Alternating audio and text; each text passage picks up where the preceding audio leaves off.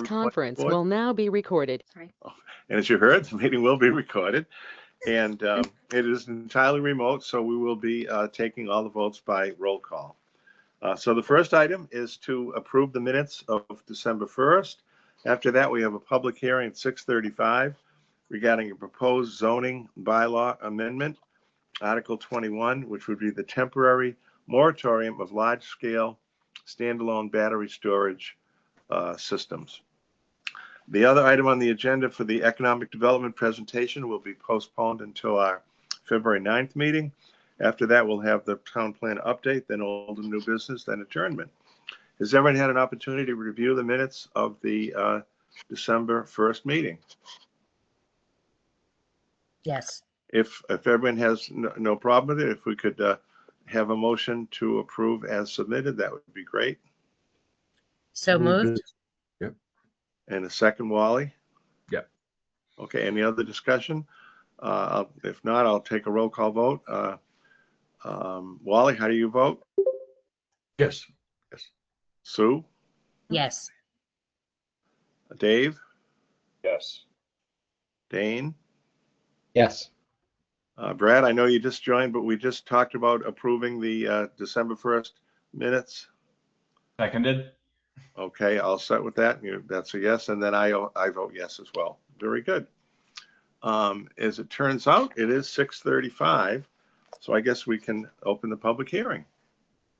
Somebody have the legal notice to read? Oh, I do have it. Sue, do you have it? Or if not, I have it here. All right. Would you like me to read I better take a swig of water if I'm going to read this one. That'd be great. All right. In accordance with the provisions of Mass General Laws, Chapter 48, Section 5, the Sturbridge Planning Board will hold a public hearing on Monday, January 26th at 6:35 p.m.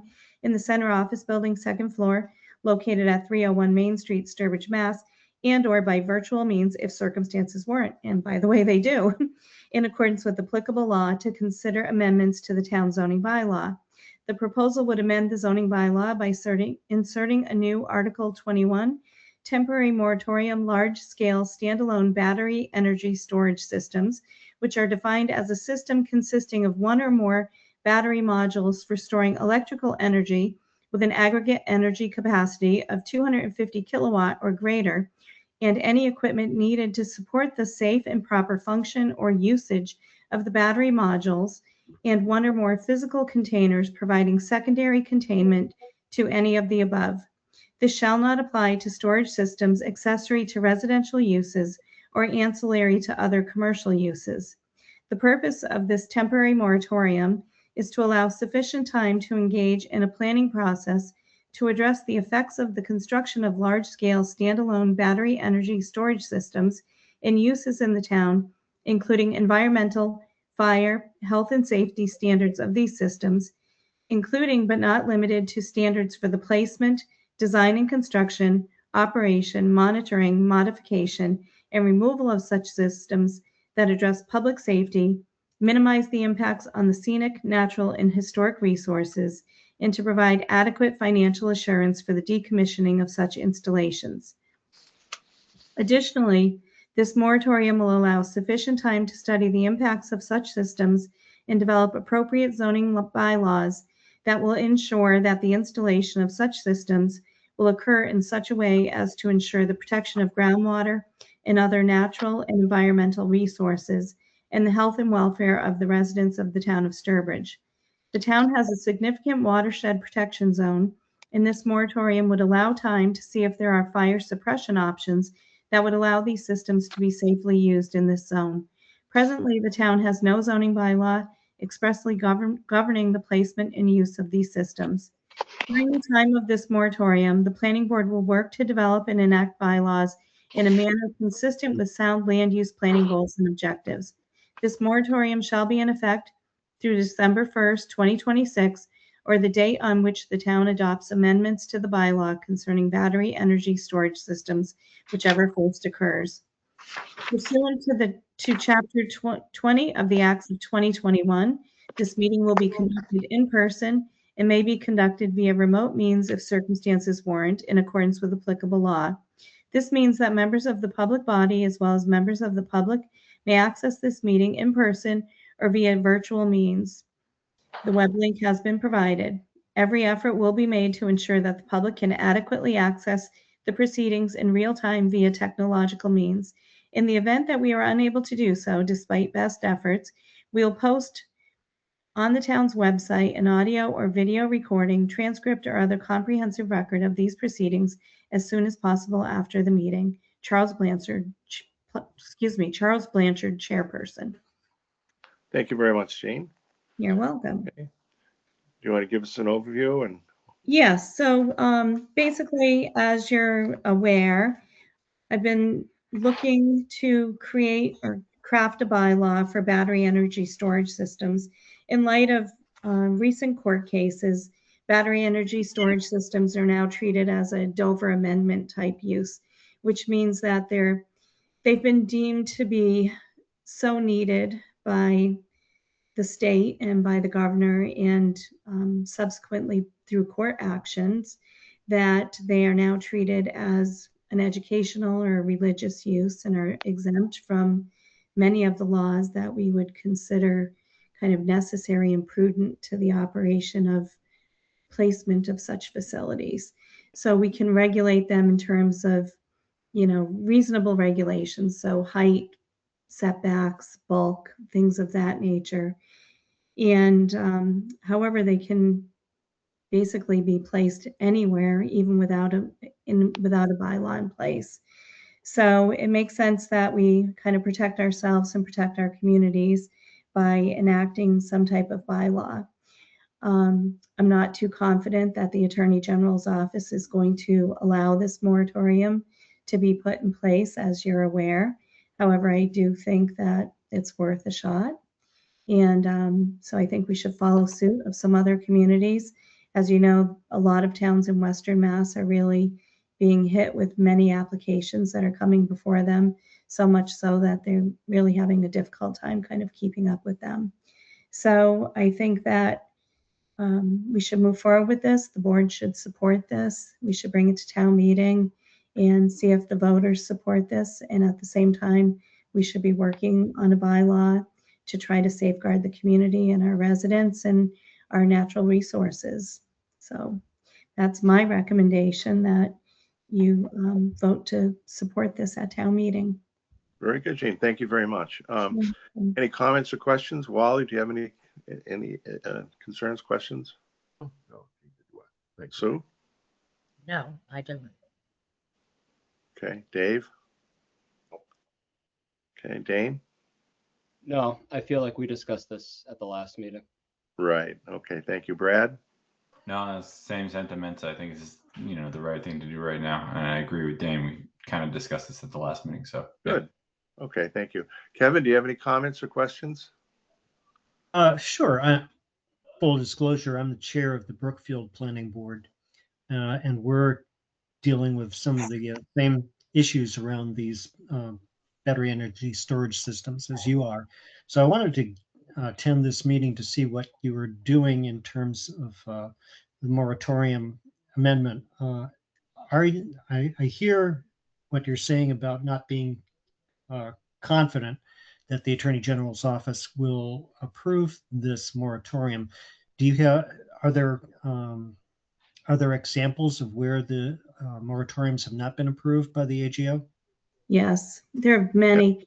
If you go on the Municipal Law Unit website, nearly all of it that have been proposed have been turned down lately. Southwick recently had a town meeting a couple of weeks ago, and they proposed a moratorium. So we're kind of waiting to see what happens there. A lot of the towns that have proposed moratoriums had bylaws in place already. So where we don't have a bylaw in place, we're wondering if it might be, we're hoping might be more favorable. I don't really feel real confident, but I'm hopeful. Well, that would seem to figure, because if they already had a bylaw in place, the need for a moratorium would be viewed as somewhat less important, I believe. But that's what we're hoping. Yes. Yeah. Mm-hmm. Do you have any sense of the commonalities in in those bylaws that have been turned down by the AGO in communities that didn't have a BES amendment to their zoning bylaw in the first place? You mean towns that have tried to adopt bylaws, certain things that have been turned down? I think when they've been too limiting on where they could be placed, I think if they've tried to completely zone them out of a community, that's not been very favorable. I think that towns that have tried to be reasonable with their bylaws, from the research that I've been doing, I think that they've been favorably acted upon. I think as long as you try to allow them in a certain portion of your community and that you have a good rationale and reasonable setbacks and things, it does look like they've been approved by the Attorney General's office. So, and I have found a couple of examples where they have been excluded from groundwater protection districts, provided that they're allowed in a significant area that's not the groundwater protection district. So that's another thing that we're hopeful about. I did find one bylaw where they had disallowed it in a groundwater protection district in one section of the bylaw and then allowed it in the groundwater protection district in another section of the bylaw. So it was called out as being contradictory, and they were kind of sent back to the drawing board to clean that up. So I'm still in the process of kind of cleaning that up. And I do have some more news to share with the board about Central Mass Regional Planning Commission and some technical assistance they're offering. So if you fall in that, you fall in Central Mass Regional Planning Commission. So you might want to stay on for that discussion as well, because it might be able to benefit Brookfield as well. Okay. Just out of curiosity, does Sturbridge have any approved battery energy storage systems at the present time? No, we don't. We have a couple accessory to solar facilities. For example, on top of Shaw's, we have a roof mount system, and they have a small battery energy storage facility just for that rooftop mount. And we have many residential examples, but we have nothing that's contemplated by these bylaws or that have been proposed, for example, in OCAM, something like that. Yeah, we have one that was approved via a special permit process, and it's a small system. It's not 250 kilowatts by any means. It's a couple of trailer size units that probably are 1.5 kilowatts or something like that. So pretty small in comparison to. Yeah. Okay. Thank you. Gene, for the benefit of anybody else watching, could you expand on the OCAM reference that you made? Yes, so OCAM has a very large battery energy storage system that is proposed in the community. They did have a bylaw in place. They believe they did everything right. They followed the rules, put a bylaw in place, and they have one proposed. I believe it's over an old junkyard. And I forget how many acres it is, but it's a very large facility. And they turned the facility down. And my understanding, it's under appeal to the state. I believe that's how these facilities get appealed. And it's very active right now. And they're encouraging kind of communities to support them in their fight against this facility. It's over a groundwater protection district. The units themselves are like the size of a trailer that goes on, like, say, the back of a trailer truck. And it was really hundreds of these trailer truck body type size batteries that would be over their groundwater protection district. So they've been actually actively trying to stop this facility for a very long time now. And it feels pretty unfair that you could adopt a bylaw and not have the rules followed, but that's really what seems to be happening in OCAM and happening in many other communities as well. So I'm sorry, one follow-up. You had mentioned that if groundwater protection areas are protected from a battery storage system, if there's other areas in a community where they could be located. Do you know if in Ocam there are other locations, or is this situation a little bit different than we might be doing in Sturbridge? I don't really know enough about what areas they actually zoned to allow their facilities, but I did find a couple of examples where they had excluded groundwater protection district or put some significant special permit criteria in the groundwater protection district areas, and allowed them in other areas that were not in the groundwater protection district. So I think those are examples that we have to look at carefully when we think about crafting our bylaw. Thank you. My question would be to Eugene, is there kind of history of these type of installs are there out there? And two, are we concerned about any safety elements, say fire?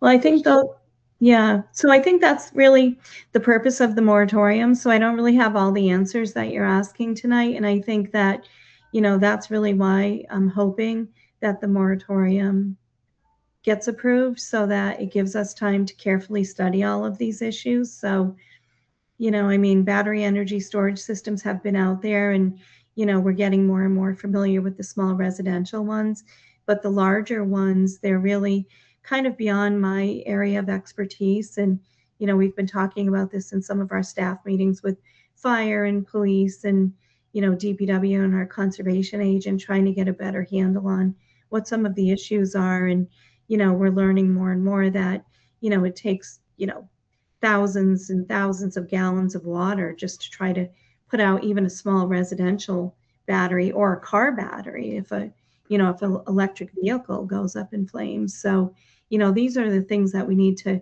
know more about. We need to understand more about.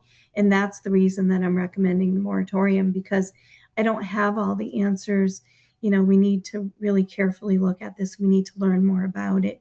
And only then can I make a recommendation on a bylaw and, hopefully have some assistance drafting that bylaw, which is, something that after this hearing, I want to talk to you about a little bit more of how to go about drafting that bylaw.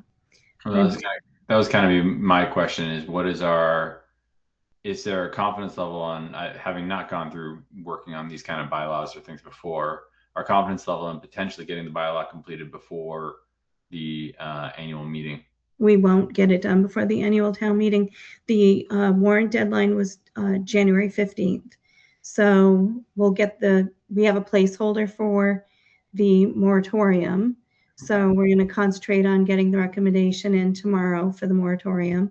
I asked Robin to hold a placeholder, and then we will work on the battery energy storage system bylaw, as well as the new solar system bylaw, which the new rules and regs were supposed to go into place in December, which now the state moved that up to October. So I think you'll be looking at having a special town meeting in the fall. So, and that's kind of what I want to talk about under town planner update.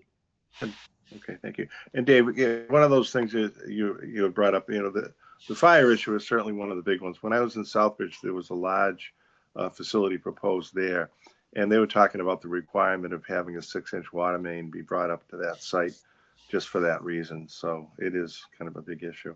There are examples out in the internet regarding some of these trailer-like setups that have caught on fire. Mm-hmm. And what it took to mitigate those fires. And a lot of these installs, from what I could tell, seem to be more of a Western sort of thing, that most of the history is out that way.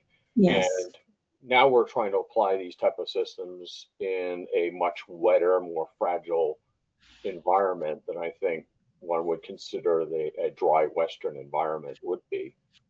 So without a lot of history, I think that does bring up some serious concerns. And, if there's nothing violated with the battery, they're probably quite safe.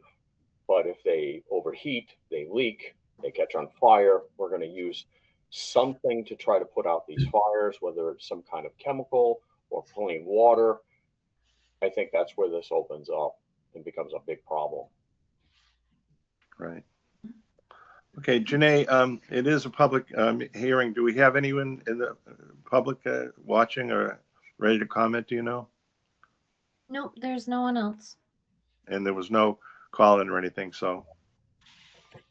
Okay, any other questions or comments then? If not, we'll have a motion to close the public hearing. So moved. And the second, Wally. Wally, how do you vote? Close it. Yes. Sue? Yes. Brad? Yep. Dane? Yes. Dave? Yes. And I vote yes. Okay, so what do we need to do now, Jean? Take a vote? So I or- would, yes, so I would recommend that you vote to support the proposed zoning amendment for the moratorium and to forward this to the town administrator for inclusion on the annual town meeting warrant. Very good. Could I have that motion, please? So moved. And the second, Brad? Okay, Second. Wally? Whose second was that? Brad was the second. There was the Brad. motion. Sue? Yes. Hey, Brad? Yes. Dane? Yes. Dave? Yes. And I vote yes. Very good. Okay, thank you. Okay. You want to move on to All your right. planner update? Yeah, yes, and then this is where I thought Kevin should stick around as well. So as chance would have it, so I really have been doing a lot of research and starting to work on a battery energy storage system bylaw. And as luck would have it, I opened up the Central Mass Regional Planning Commission newsletter yesterday and saw that they are offering district local technical assistance to up to 3 communities and maybe more to work with us to draft battery energy storage system bylaws and the new solar bylaws as well, because they need to be combined bylaws and they have to be in place by October when the new regulations go in place, because the state went from you have to be ready by December to issuing new guidance saying that if you're not ready by October, it goes into effect anyway, which I think is not very nice, but I find it very odd that they would even do that. But It's the elections. that's the newest guidance we have, whatever their rationale is. So Yeah. I sent an email to Charlie and to Robin, and I said, I think this is a really good opportunity for a couple of reasons.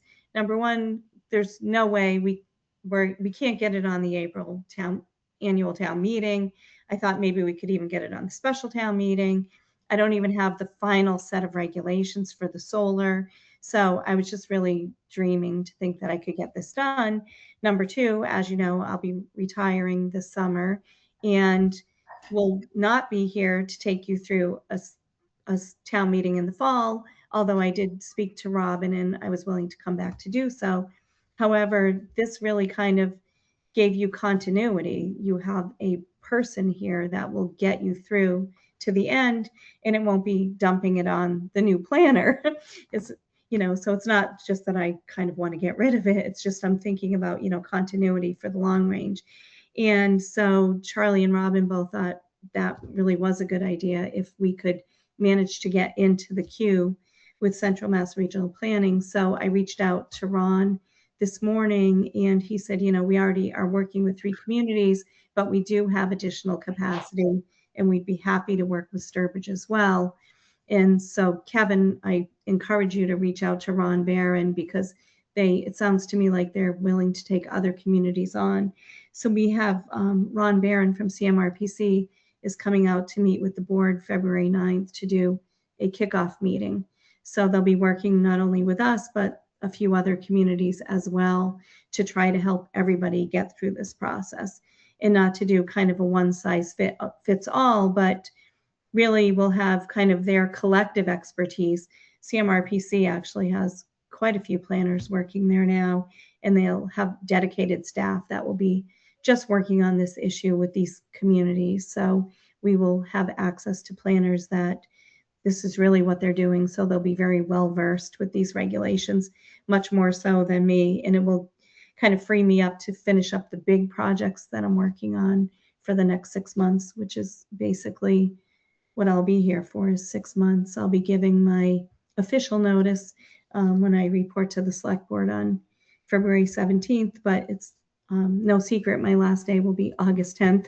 I'll give you a heads up now. So I think that this is really a good thing for us that we can work with them because I don't have all the answers. I've been really working very hard to find all the answers, but it's quite frankly, it's out of my area. And I think that's probably true for a lot of planners. It's not what we do on the day to day.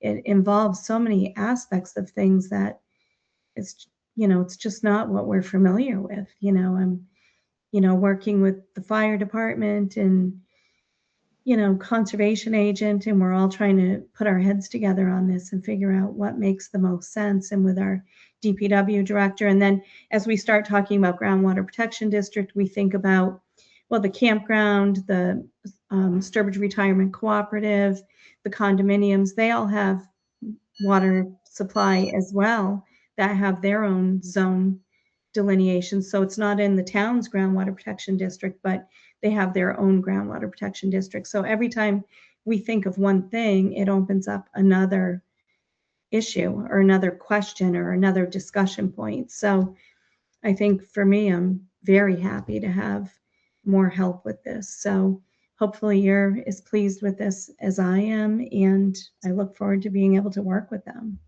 Great. Yeah, Gina, that really sounds good. And I'm really pleased that we were able to find it and get us on board with that. That'll be very, very helpful. Very good. Any other thoughts or comments on that?